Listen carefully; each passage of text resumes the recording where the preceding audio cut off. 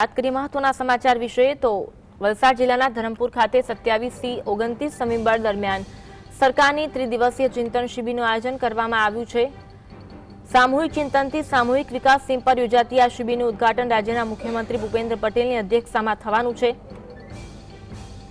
શ્રીમદ રાજચંદ્ર આશ્રમ ખાતે યોજાનારી આ શિબિરમાં રાજ્ય મંત્રીમંડળ સાથે 242 ઉચ્ચ સંધિ અધિકારીઓ, મુખ્ય સચિવ, તમામ જિલ્લાના કલેક્ટરો, અન્ય વહીવટી અધિકારીઓ હાજરી આપશે। अधिकारियों ट्रेन द्वारा वलसाड अने बादमां बस मार्फते धरमपुर पहोंच्या छे। त्यां तेमनुं भव्य स्वागत करवामां आव्युं हतुं। आज अंगे वधु वात करीशुं। संवाददाता प्रियांक अमारी साथे फोन लाइन पर जोड़ाया छे।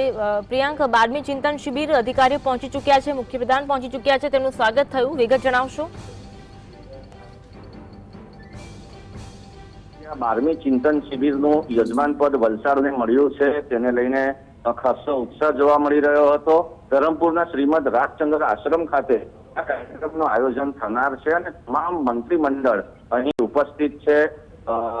તેઓની સાથે ઉચ્ચ કક્ષાના જે આઈએએસ આઈપીએસ છે તેઓ પણ આજરોજ વંદે ભારત દ્વારા વલસાડ રેલવે સ્ટેશન ખાતે પહોંચ્યા હતા। આજરોજ વિશેષ રેલવે સ્ટોપેજનું આયોજન કરવામાં આવ્યું હતું। प्लेटफॉर्म नंबर 1 पर જ્યારે ટ્રેન આવી ત્યારે તેઓના સ્વાગતમાં મોટી સંખ્યામાં વલસાડના કાર્યકર્તાઓ પણ ઉપસ્થિત હતા। મુખ્યમંત્રી શ્રી જ્યારે રેલવે પ્લેટફોર્મ પર ઉતર્યા ત્યારે મોટી સંખ્યામાં કાર્યકર્તાઓ ત્યાં ઉપસ્થિત હતા। તેઓમાં અનેરો ઉત્સાહ જોવા મળી રહ્યો હતો। તેઓની સાથે આખું મંત્રીમંડળ ના જેટલા પણ મંત્રીઓ તેઓની સાથે જોડાયા હતા તેઓ પણ વલસાડ રેલવે પ્લેટફોર્મ પર ઉતર્યા હતા। ત્યારબાદ તેઓ બસ દ્વારા ધરમપુર જવાના હોય રસ્તે પણ તેઓ લોકોનું અભિવાદન ઝીલવાના હતા।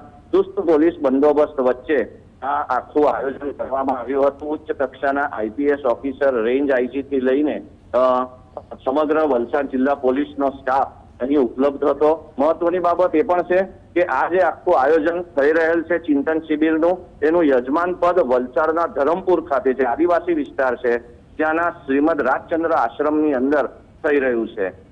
મોટી સંખ્યામાં જ્યારે અહીંયા અધિકારીઓ આવી રહ્યા છે ત્યારે વિશેષ પ્રશ્નોની અહીંયા ચર્ચા થશે। પહેલીવાર જે સૂત્રો દ્વારા જાણવા મળી રહ્યું છે કે એક ડિબેટ ફોર્મેટમાં પણ અહીં ચર્ચા થશે કે જેની અંદર જે પ્રોઝ એન્ડ કોન્સ હોય છે કોઈ પણ વસ્તુને લઈને જે તકલીફો તંત્રને પણ પડી રહી છે તેની પણ ખુલ્લા મને ચર્ચા થશે એવું પણ હાલ જાણવા મળી રહ્યું છે। તમામ પ્રેઝન્ટેશન સાથે ઉચ્ચ અધિકારીઓ પોતાનું પ્રેઝન્ટેશન અહીં આપશે। આ સાથે જે ગુજરાત સરકાર દ્વારા જે વિવિધ યોજનાઓ છે એનો લાભ ક્યાં સુધી પહોંચ્યો છે, કઈ રીતે પહોંચી રહ્યો છે અને કઈ કઈ યોજનાઓ લોકો સુધી પહોંચતી નથી અથવા તો એને લઈને શું ત્રુટિઓ રહી ગઈ છે તેને લઈને પણ ચર્ચા કરનાર છે તેવું પણ અત્યારે સૂત્રો દ્વારા જાણવા મળી રહ્યું છે।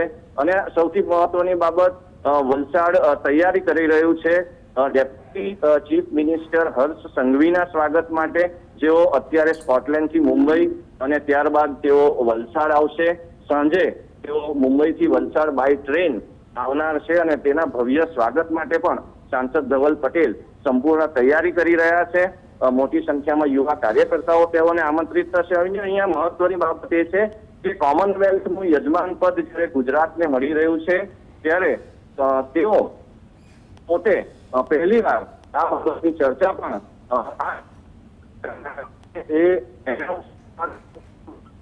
આવી રહ્યા છે ત્યારે તેને લઈને પણ ઉત્સાહ। જી આભાર માહિતી આપવા માટે।